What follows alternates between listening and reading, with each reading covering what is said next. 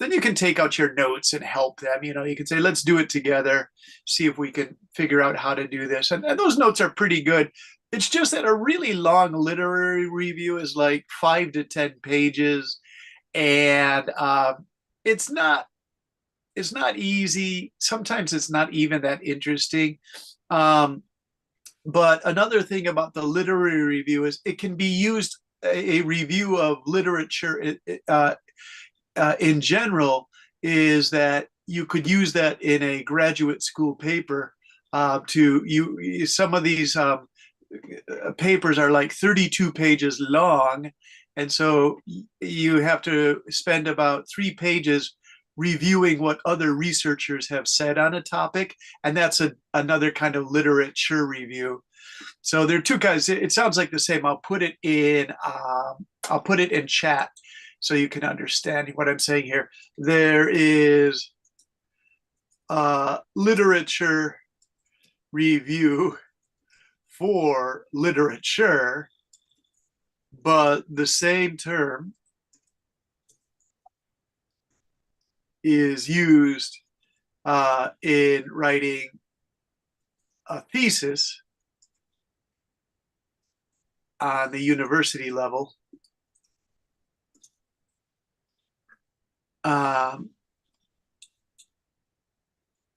Where you take about 2 to 3 pages to review what other researchers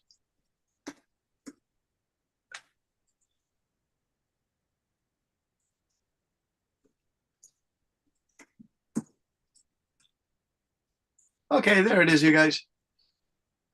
That should help you a little bit. Okay.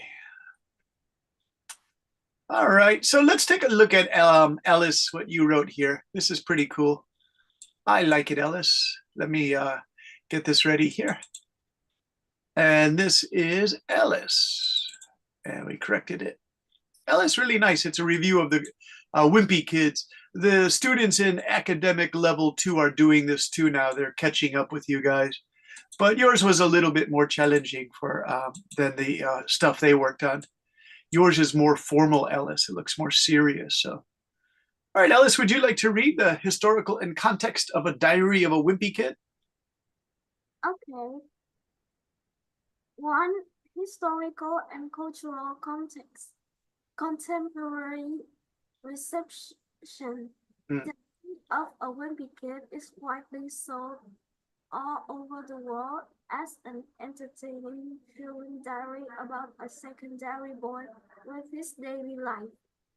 Author background. Jeff Patrick Kinney, born in February 1981, he grew up in Fort Washington, Maryland, United States. This will also explain why the main character lives in Maryland, United States. Also, Greg lived with his family, his mom, his dad, his older brother, Roderick, and his little brother, Manny, and go to school with his friends. His best friend, Rolly, his friends,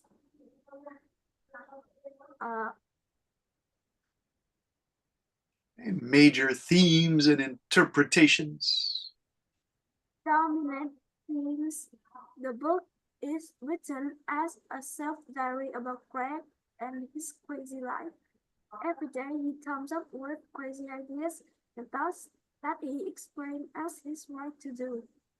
His mother used to be a teacher, and Greg doesn't like her personality because he speaks critically of his ideas and doesn't agree with most of them.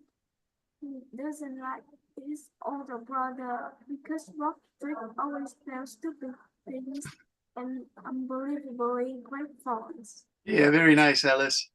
Yeah, so Ellis, just two of these is good enough. The historical, cultural context, and the major themes and interpretations. That's a really big part of a literature review. It's excellent because let's say your teacher said, could you give us three examples of books that are popular with children? And so you wanted to choose not Harry Potter, you wanted to try something different. So you could do Diary of a Wimpy Kid and the elevator books that Spooky Bach likes so much, and then you could pick a third one. And then if you did these 2 points for each one rather quickly, that would be almost 2 to 3 pages of writing, Alice.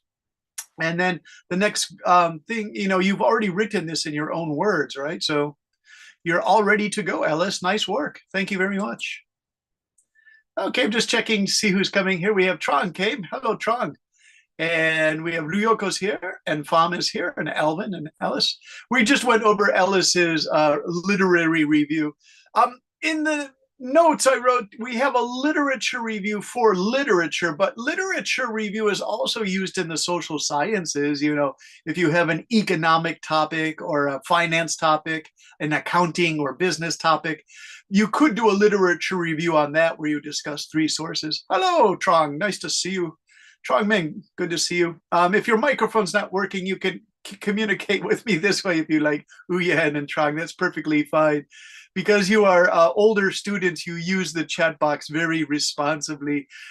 In some of the classes, the younger students go crazy and start spamming mean messages back and forth to each other. But this is like an adults class, so nobody does that. So by all means, if you feel more comfortable sending me chat messages, that's fine. We went through the reviews. I found another review here that I really liked. It was Tintin. Tintin, you stayed with the social sciences, and that's perfectly fine with me because remember, this literary review can be used for both an actual piece of literature or it can be used, like I said, in the social sciences, right? So Tintin chose this really interesting topic. Tintin, are you there? Let's see if Tintin is here. We can get him to read his thing. Tintin, looking for Mr. Tintin. Yes, Hey, Tintin, how are you? I'm fine. Tintin, is it snowing in Germany? Yeah, almost the whole time. Wow, yeah, I heard that in England it got really cold, and in my hometown Chicago it's cold. So there's actually snow on the ground. Luckily, Hiroshima is still about 15 degrees in the daytime, so it's good to put a jacket on, but no snow probably until January if we're lucky. Do you like snow, Tintin? Yeah. It's kind of cool. Do you have like cousins in Vietnam that you try to describe what snow is to them, like how it feels and all of that? I think all my cousins live in Vietnam. Okay, so they can experience snow in the highlands, right? Yes, yes. Okay, so they can, have some contact with snow. All right, you guys, Tintin, let's read this one. Here we go. The only book that I have read lately is called Clear Thinking by Shane Parrish. I just randomly stumbled upon this book while I was shopping alone. The book is all about the art and the way of making better decisions. This book is a New York Times bestseller and is praised by many famous authors. This informative book also has lots of little paragraphs explaining every single detail related to thinking. The book's in-depth guide of how to also focus on goals is something I anticipated in a book like this. The book is basically the complete package to setting goals. I enjoyed reading this book because it's easy to understand language. I also recommend this book to people who are young and cannot decide their goals. Yeah, this is really good, Tintin. I like it a lot. You notice in my notes to you, I said you could start with an introduction that I suggested. For example, here at the bottom, everyone can see this. I wrote, there is a developing trend the last 20 years or so, whereby young people are having difficulties in clearly formulating their objectives. Researchers such as Shane Parrish, you could maybe do two more researchers, Tintin, which means you'd have to read 3 books for like a 5-page paper for secondary school. You could write research such as Shane Parrish, Susan Smith, and Joe Anderson reveal the latest findings in their areas of research. And then you would begin with the first one by Shane Parrish, maybe do 3 paragraphs on that. Go next to this name I just made up, Susan something, right? That would be 3 paragraphs by her. finish up on your third one by this guy, Joe Anderson. Again, it's just a name I made up.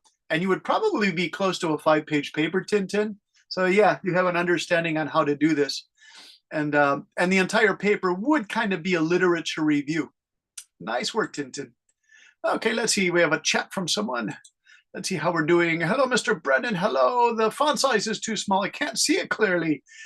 Trong, is the font size in the book, in the share screen, or is it in the chat where it's too small? For Mr. Tintin's paper, the font size. I wonder if you can tell us, Trong, is the font size small in the examples? Oh, in Tintin's paper. All right, let's take a look at it again. Tintin, no problem. I'll make this bigger for Trong to see. So what we do is we'll blow this up real nice. Oh, it's too crazy. Let's see. A little bit bigger. Better. How does that look, you guys? Tintin, let me read it again because it's a really good example. We have the only book that I have read lately is called Clear Thinking by Shane Parrish. I just randomly stumbled upon this book. Oh, Tintin, I just noticed a spelling mistake. We got to upon this book while I was shopping alone. The book is all about the art and way of making better decisions. This book is a New York Times bestseller, and it is praised by many famous authors. This informative book also has lots of little paragraphs explaining every single detail related to thinking. The book's in-depth guide of how to also focus on goals is something I anticipated in a book like this. The book is basically the complete package to setting goals. I enjoyed reading this book because of its easy to understand language. I also recommend this book to people who are young and cannot decide their goals. Tintin, my other advice for this kind of thing is in Shane Parrish's book, if he has footnotes from research from other people, then take those research notes and do quick online searches for them, and you can get better information to really strengthen your paper. So that's what I really like about that too. All right, let's see. Font size is small. Cannot hear anything, says Fam. Some problem with my computer. All right. So Fam, if you want, you could send messages too. No problems. We can easily fix things. All right, Tintin, how do you feel? Were you happy to write that? I think you did a nice job. All right. And remember, writing is really all about confidence, the confidence to do things, to feel good about your writing. Let's look at one more, because sometimes this writing, can feel overwhelming if you have to get it done. And if you just do a step-by-step process, you'll find that writing is not so challenging because you can use other writers' sources for your research. This is by Kwan, who goes by the name Elvin, right? Elvin, are you there? Mr. Elvin. Yes, I'm Elvin, here. this is really good. Can you read it for us? A book title, an author. My friends, I get London. To me and themes.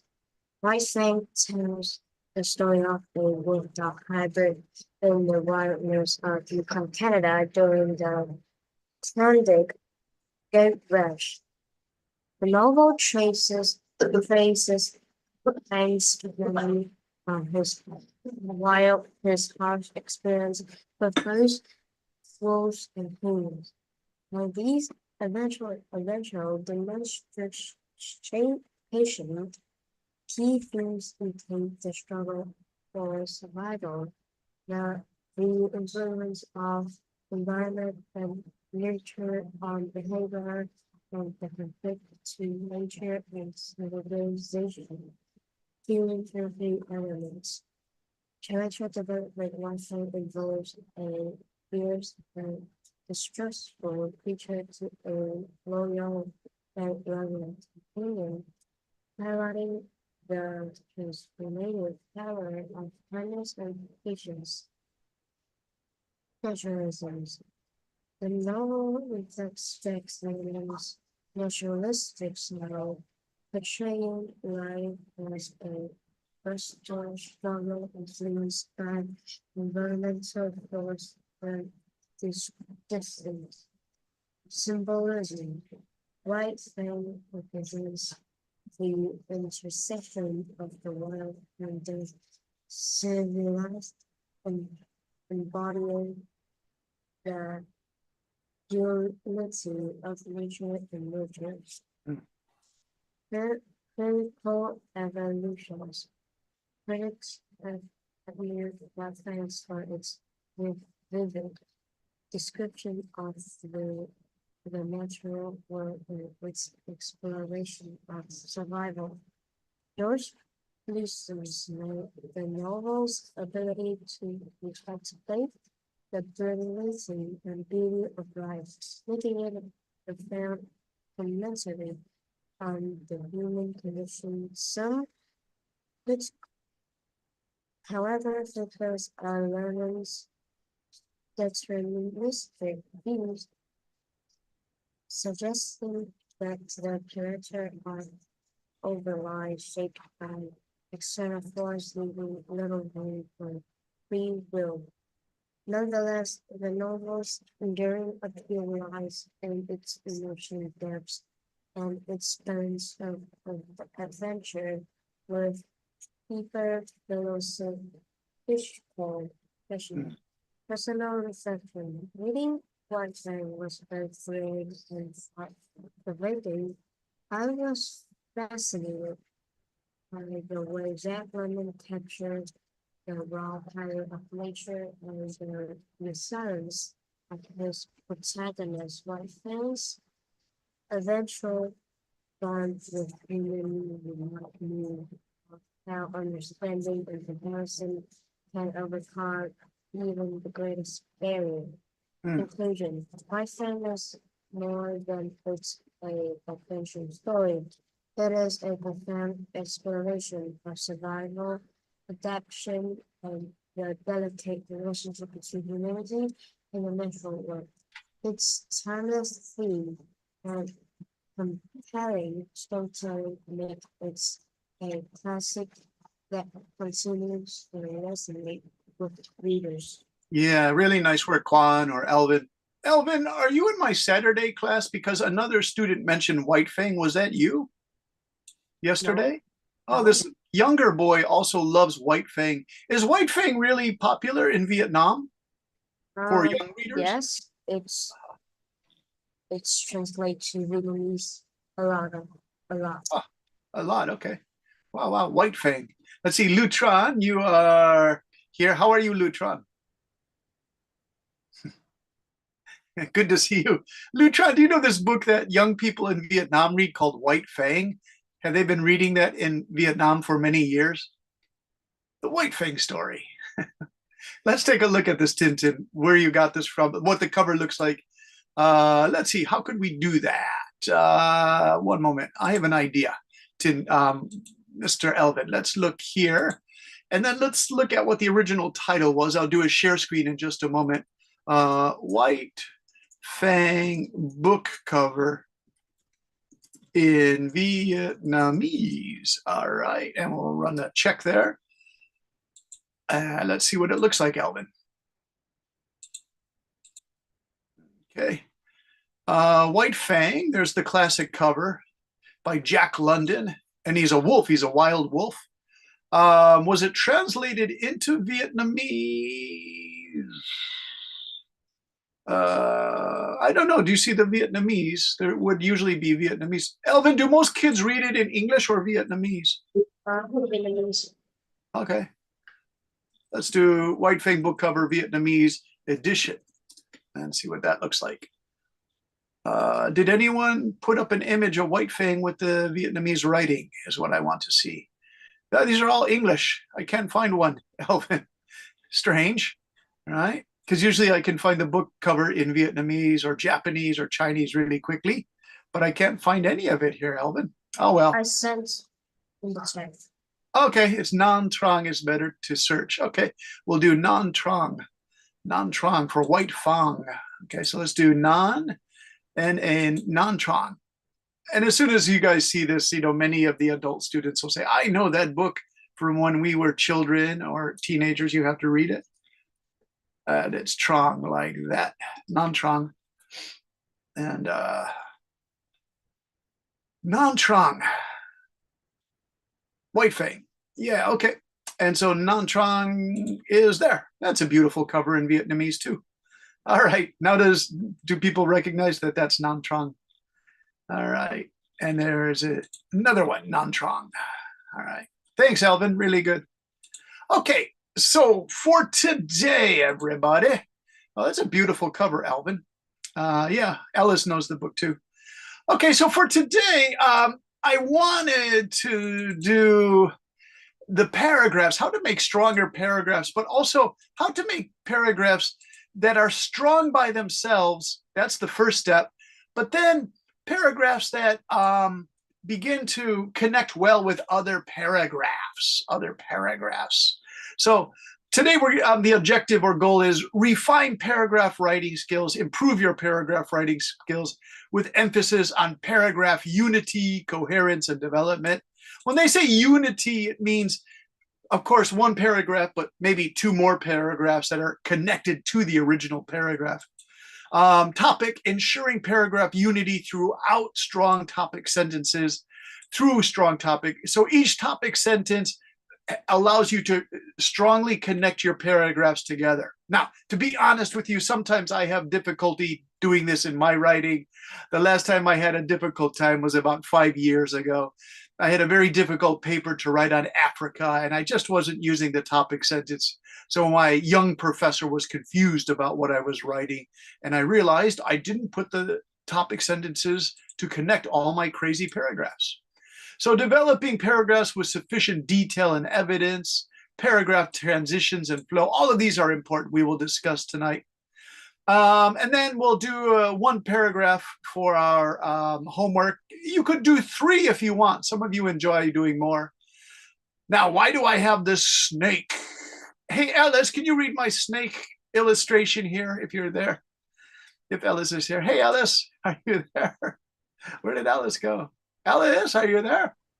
A good solid paragraph can be difficult enough, but adding to the struggles of writing is trying to get paragraphs to go in a consistent thread of an argument that travels throughout your essay. Think of a line of argumentation as a snake.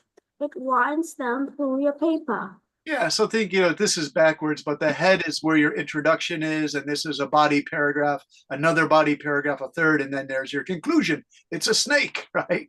All right, so how do we construct well-written paragraph that sits comfortably with the other paragraphs of an essay? Remember these points: clear, precise language, don't use more words than you have to.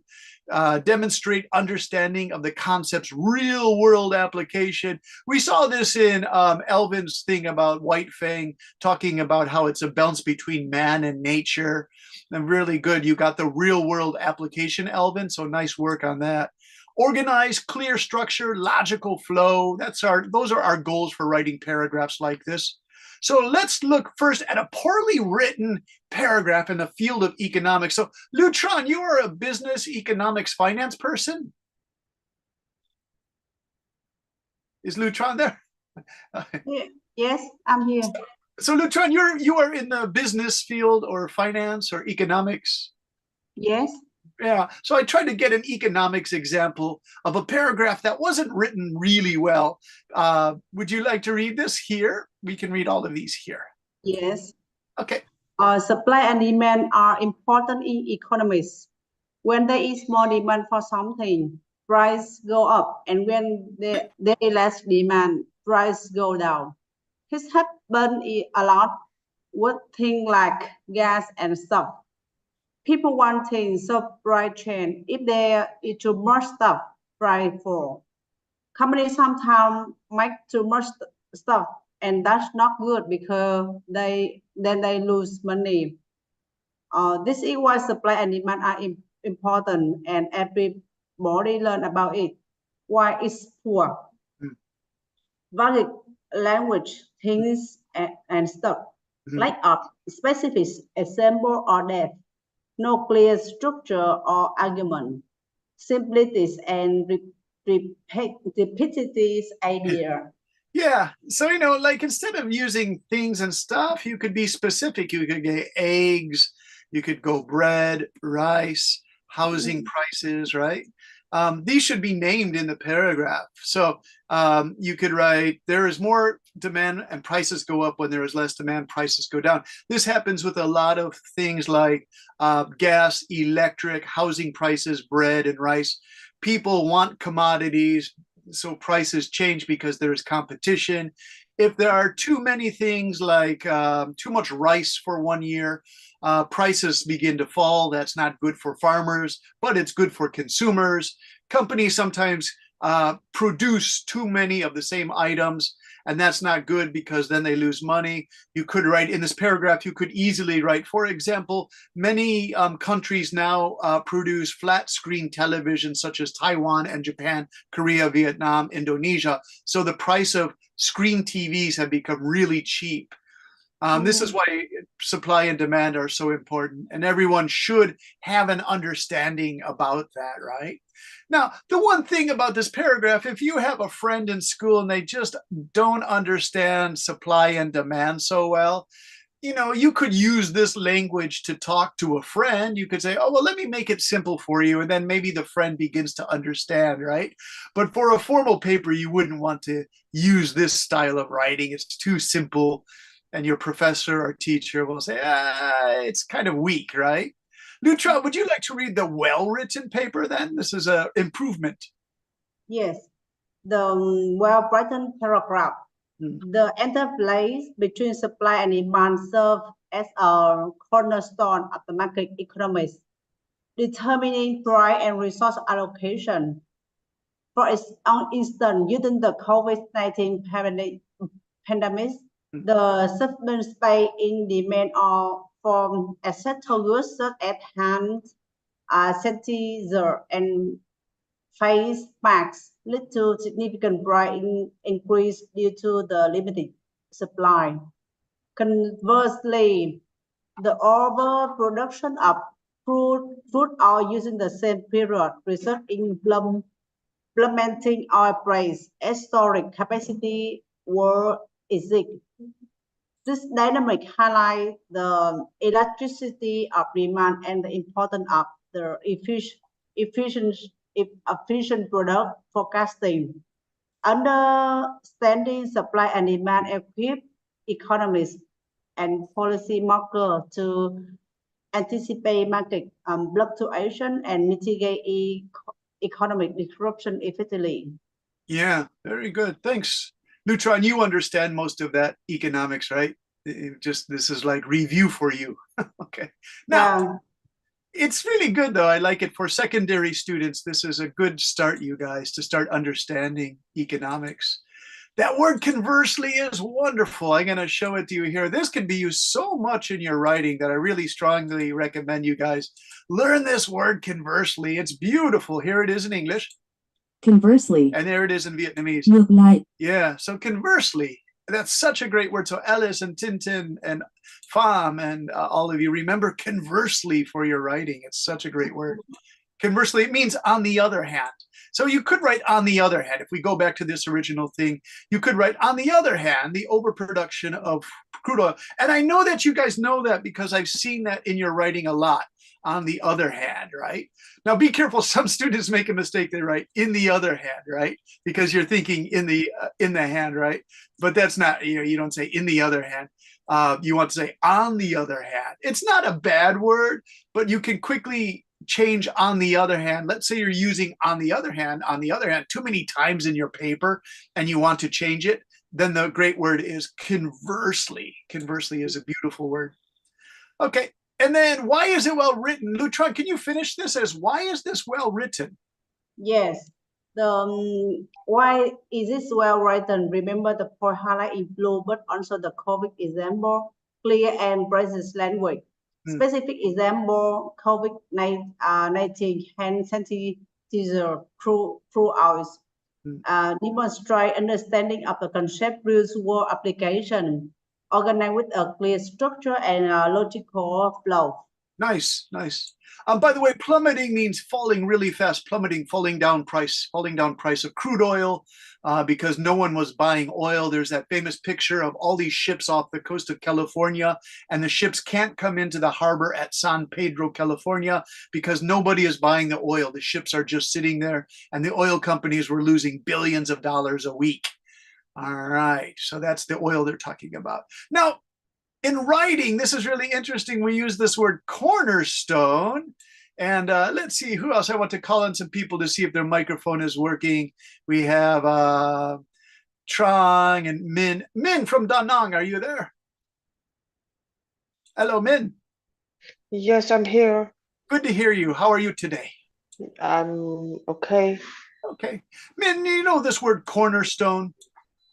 Yes, so Yeah. cornerstone is like a stone that is a foundation of a house. Yeah, there it is, the cornerstone. And here's a cornerstone that shows the building was made in 1922. We use cornerstone in writing, meaning it supports all of your writing ideas, right? Think of good paragraphs as strong foundations to your ideas. And here I did the foundation of a house in Vietnamese. So you want a strong foundation like here and a cornerstone here. Make your writing strong with foundations and cornerstones. That's what the image is, all right? So let's expand to 3 paragraphs now to demonstrate weak versus strong paragraph development. We'll use contemporary or recent Vietnamese economic, environmental, social development as our subjects.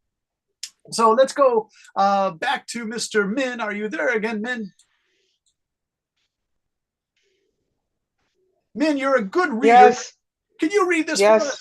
Okay, you have to Okay. read the 3 paragraphs.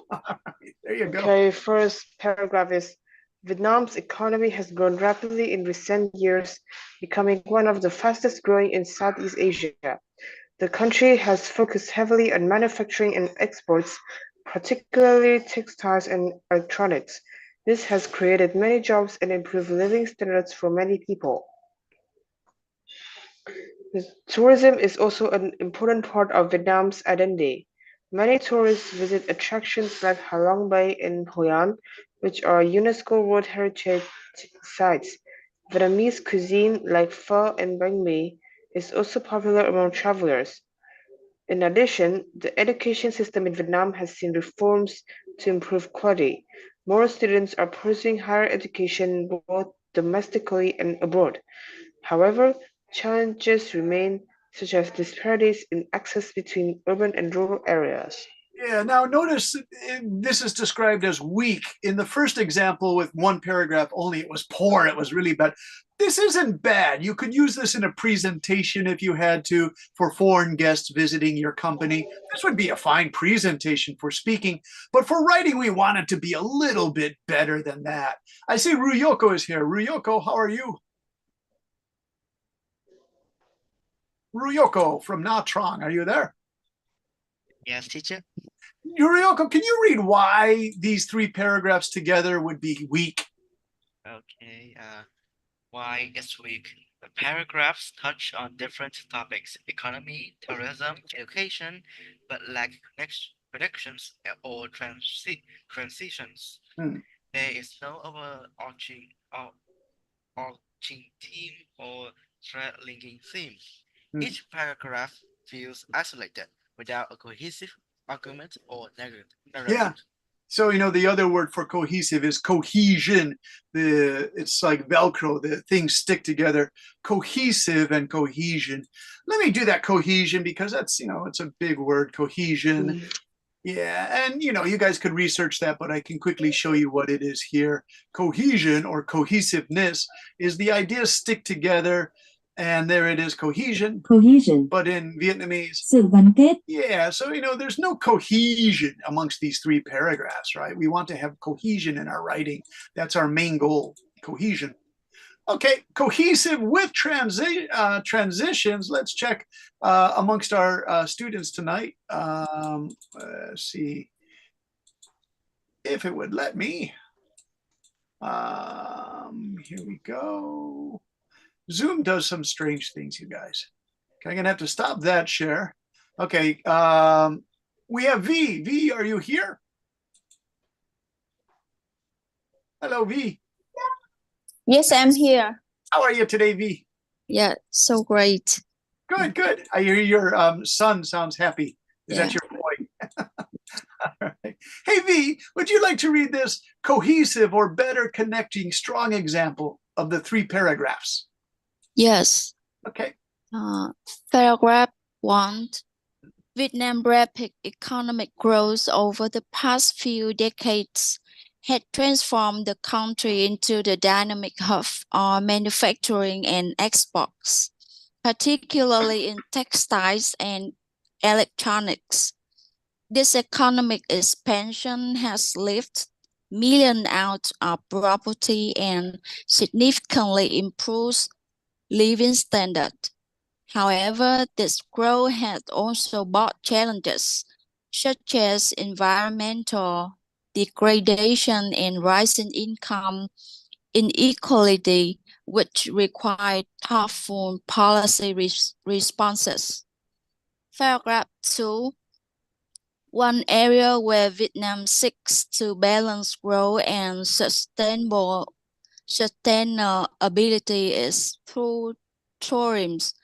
While the booming tourism industry with iconic destinations like Hạ Long Bay and Hội An generates significant revenue, it also strengthens natural resources and infrastructure. The government has implemented initiatives to promote ecotourism and protect cultural heritage sites, aiming to sustain the sector's benefit without compromising future development. Paragraph 3. Addressing these economic and environmental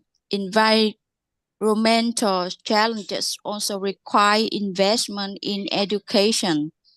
As Vietnam integrates further into the global economy, it must equip its workforce with the skill needed for high-tech and service-oriented industries. Recent educational reforms, including greater access to higher education and vocational trainings, reflect a commitment to closing the gap between urban and rural areas.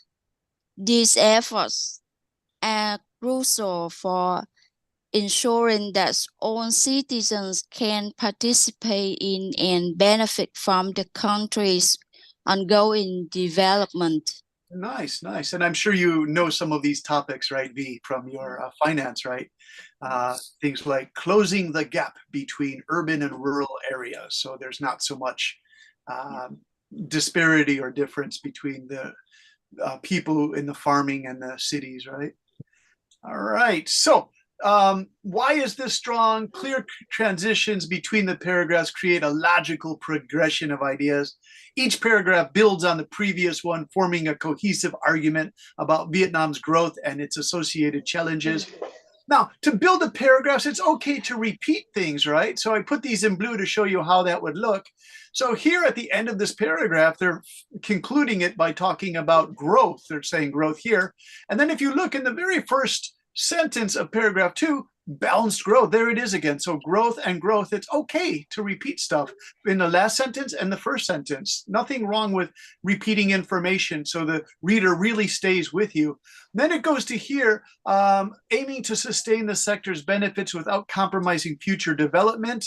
And then future development, we go into environmental challenges, because if you're developing an area like eco or ecotourism, you have to think about economic environmental challenges. So these two connect really nicely here. And then that's cohesive, meaning stuck together. All the paragraphs are stuck together. So last one, themes of sustainability and equity tie the topics together. So the theme is sustainability and equity. Equity means equal share of the amount of development the country is enjoying. And that's economy, tourism, education are all tied into this idea of sustainability and equity, which is the main theme in all these. Notice this doesn't have a introductory paragraph. If we were to write an introductory paragraph, it would just very simply, you could write this paper aims to explore Vietnam's current economic boom through the lens of sustainability and equity in government and business planning. Okay, that would just be a one sentence, introduction, but that would be your introduction. And then you could do the 3 paragraphs. Then all you need is a good conclusion at the end of it. Looks kind of easy though, doesn't it? So let me ask you that question. Do you think providing cohesiveness is difficult or easy? Min in Da Nang, what do you think? Is it easy to have your 3 paragraphs get to a point of, cohesion? They fit together really well? I think if you try enough, it will become easy Yeah. because you need the paragraphs to be connected together and have a consistent flow. Nice, a consistent flow. You know what? I'm going to go back to the share screen and write what you just said. Consistent flow is a term we didn't find. And so I wasn't going to use that word, but you brought it up. So thank you, Min. Consistent flow. That is like a river analogy. I use the snake, but the consistent flow of the river is your essay flows nicely like a river. Nice work on that one, Min. Let's see. Min Trong, is your microphone working okay? Elvin? Okay, yes, it's okay now. Oh, okay, very good. How are you today? I'm great. Thank you, Mr. Brandon. So what do you think of this, the 3 paragraphs in a paper that's about 2 to 3 pages long? Do you think it's a difficult goal to get these to all work together?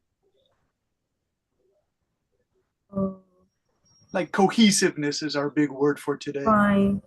The cohesion is very difficult for students to follow. If you are good at cohesion, you will make the paragraph go smoothly.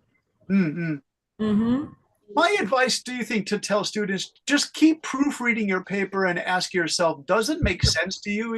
If you're reading this, you teach students to edit the paper themselves, self-edit, and say, look, as a teacher, you could say, I don't see the connection here, right?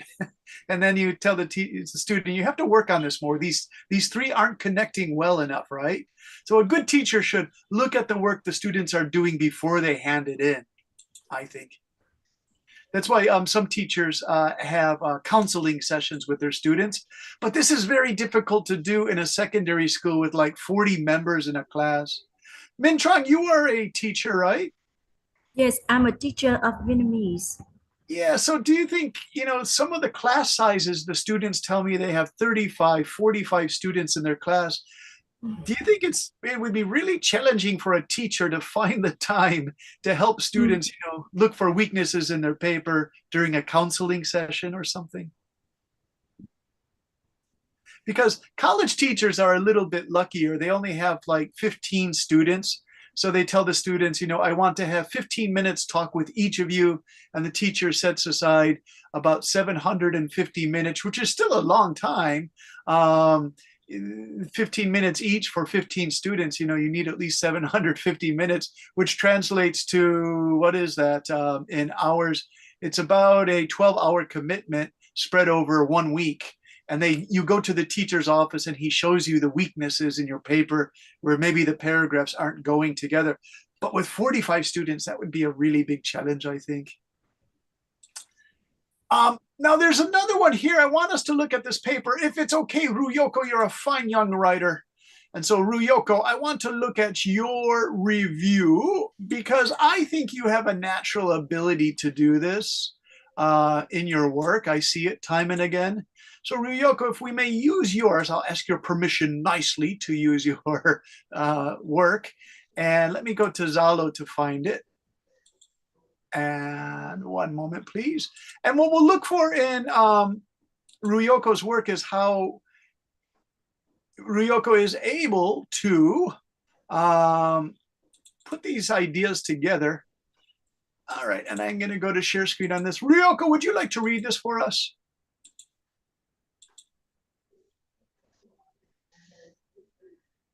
But you need a microphone. Sometimes Ryoko has a microphone problem. Are you okay, Ryoko? I'm fine. I'm fine. Ryoko, this is nice because you have some real transitions going on here, and your paragraphs connect very nicely. Would you like to read it for us? Yes. Okay. When I was in elementary school, I read a lot of books telling about fantastical stories and fairy tales. However, one of the stories that I read that I remembered the most is All Tomorrows.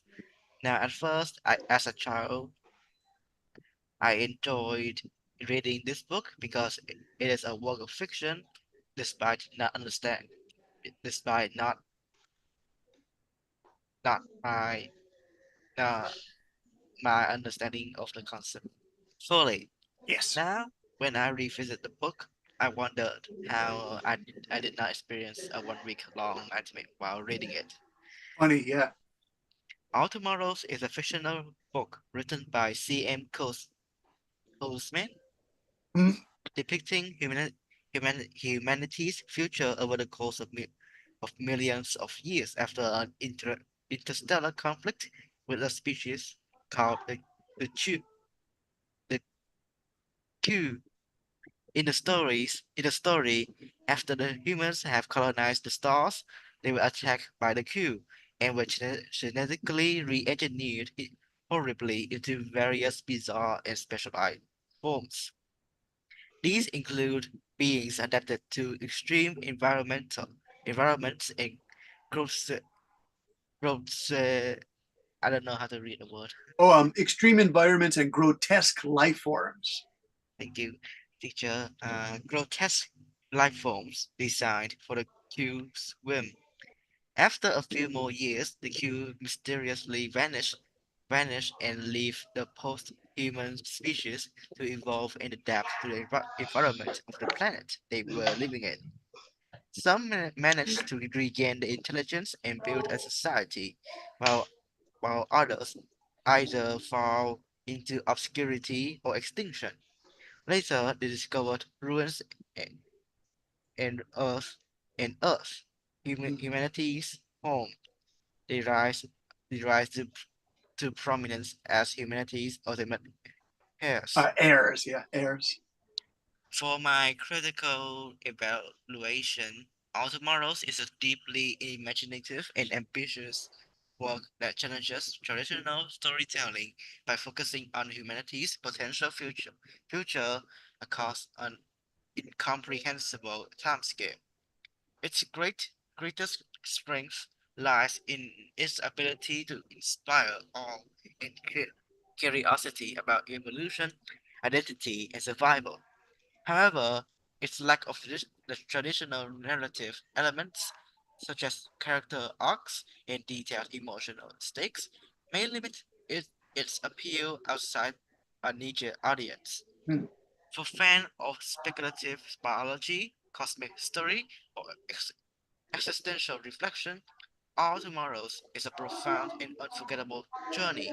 For others, it might serve better as a thought experiment than a conventional narrative. Side note, this book's concept, writing, and story is terrifying to read. Yet, me in my elementary years still finds it fascinating and didn't get nightmares. It's okay.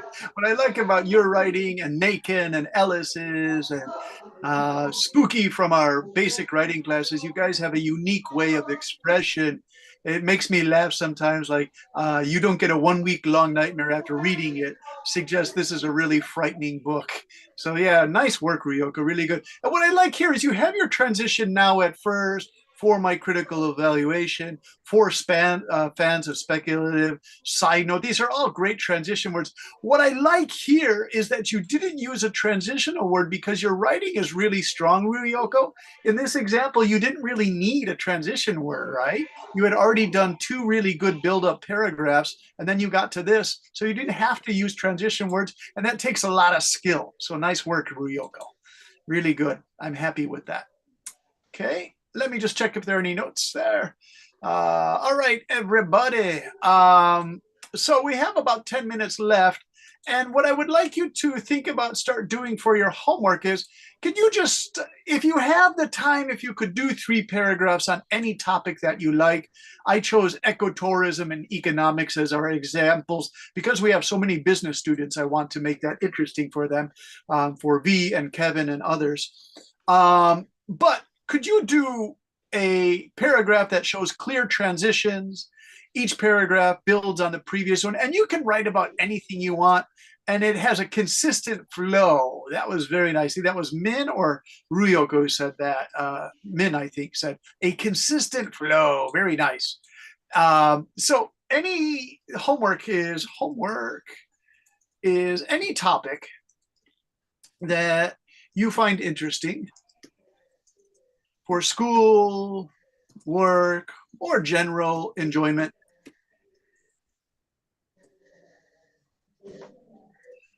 Write 3 paragraphs if you can.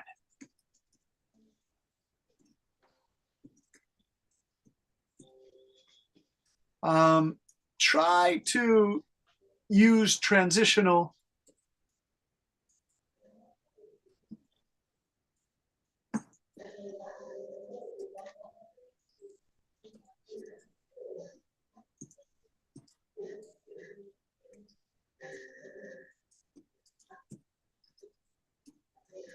So this part here, transitional sentences that are found in the topic sentences and the conclusions of each paragraph.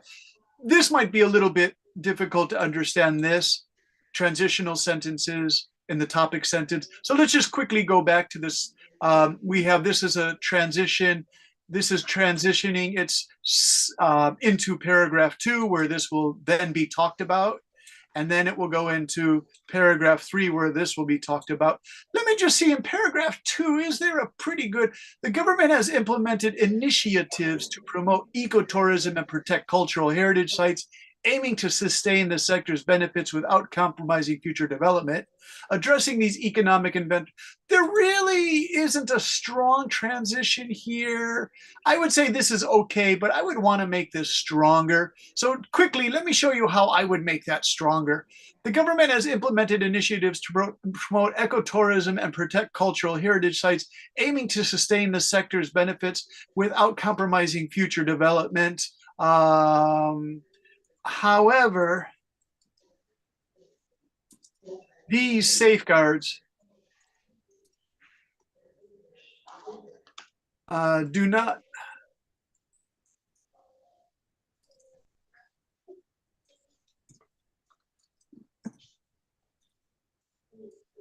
Okay, that's what I would add right there. However, these safeguards do not come easy in terms of cost and application, right? And so this is how we go right into this. Addressing these economic environmental challenges also requires investment. See, because they just threw investment and education in here, that's why I did cost and application to connect those better, right? Now I can confidently put that as a blue, pretty good transition. Now remember, I'm only using blue in my teaching here today. Don't switch to blue for your color for formal writing. This is just a highlight, right? Sometimes my students say, teacher, I did these in blue like you said. And I say, oh, no, I'm terribly sorry. These are just to show you an example, you guys, right? Okay, so let me see, Lutron, what are you interested in recently? If you give me a topic, I'll try to write a paragraph. Yeah, I think that I will write the economies in Vietnam. And Okay. I will try to finish homework this week because Okay. yeah, because some weeks ago I quite busy for the Yeah. new project. Yeah. Yeah, So I finish homework week. that's fine. Hey, Lutron, you can have access to the videos for each class, right? All the students can do that. Sorry. Dr. Duke records all the lessons, and so you can go to YouTube and watch these lessons again, I think. Like you can Yeah. review the lessons. Yeah. So, if you were busy and you were stressed, you could always go back and watch a lesson, right? and then you really, can memorize all the points in that particular lesson. So don't worry about it if you couldn't do the homework. Yeah. If you just review, that's good enough. Yeah. So what part of the economy is interesting to you right now, Lutron? I think that's I will write the general develop in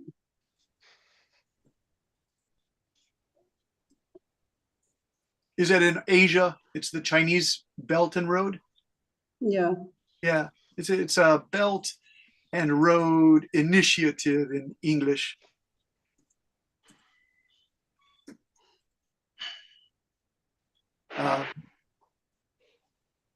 Let's see. China is what do we say? Promoting. Okay, interesting, Lutron. Yeah. Hey, Lutron, is the Belt? Here's a question: is the Belt and Road Initiative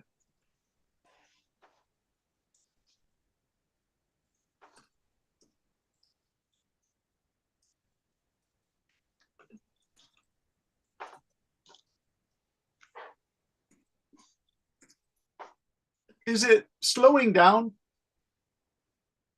the Belt and Road? You can answer that, yeah, because it requires huge funding.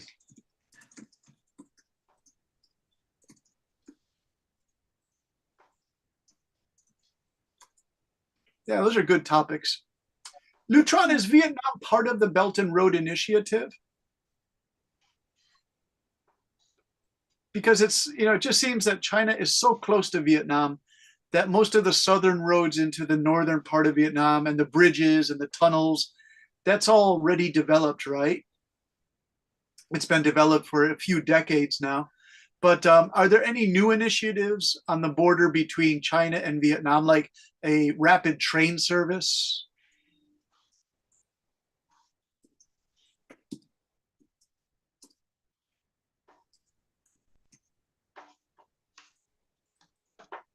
That one. Let's see. For our research, you guys, I'm going to check this because this is actually a really interesting topic, Lutron. Thank you for introducing this topic because it helps the other students think of an idea. So I'm going to do a new chat and I'm going to go to Chat GPT, right? And I'm going to go here and I'm going to ask this question and I will write, are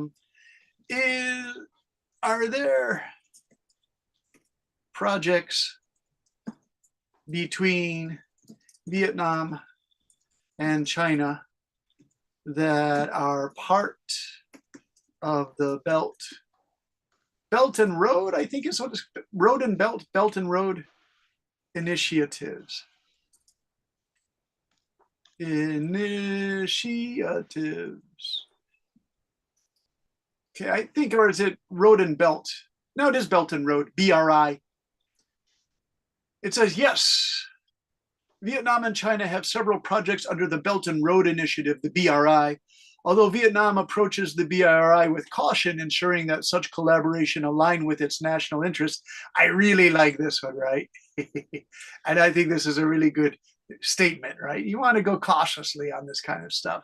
Caution, caution. Some of these projects include infrastructure, cross-border economic cooperation, energy projects. Here are examples. Infrastructure projects is a urban railway. I thought so. Yeah, I thought there would be an urban railway because the students tell me that during holidays they want to go from Ho Chi Minh City to maybe Hue City, and the highways are too crowded with cars. So I was wondering if Vietnam is going to work on its urban railway system more. Okay. Metro line in Hanoi, financed by the Chinese loans, the metro line in Hanoi. Road and bridges, yeah, definitely road and bridges. I can see that.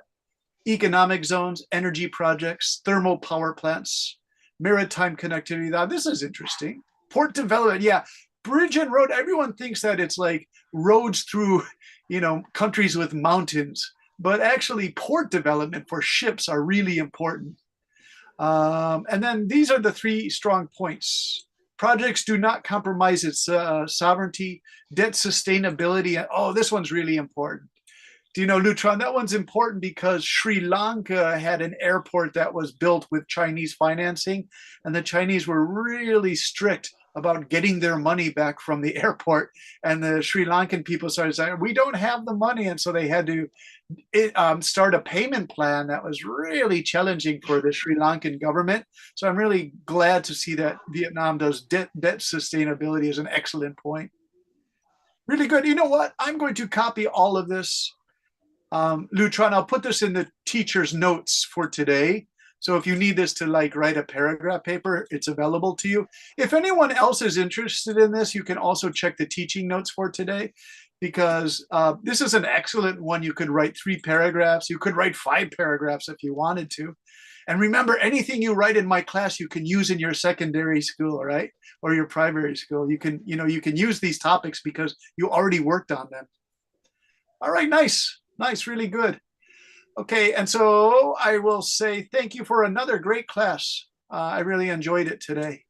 I think we covered a lot. And it's actually a really important lesson for today because the cohesion, sticking the paragraphs together is really important. So that's nice work. Any questions from anybody? We covered a lot, but let's say Elvin, thank you, and Lutron, thanks. Mintron, thank you. Ruyoko. Thank you. You're welcome, Tintin. Thanks. Uyen, good to see you. And V, good to see you. And Lutron and Min. Some people had to leave, but that's fine. You have busy Sunday nights. I have to teach another class in 25 minutes, and the boys are kind of crazy in this class. And I think Ellis remembers those crazy boys, and Alvin does too. And Ruyoko and Tintin also. So thank you very much, everyone. I really enjoyed tonight's class. Bye-bye. Thanks. Bye-bye, everyone. See you guys. Bye-bye, Lutron. Bye, teacher. Bye-bye, Tintin. Bye-bye, Ryoko. Bye-bye. Bye, Lutron. Thanks, V. Thanks, Uyen. Thanks, Min.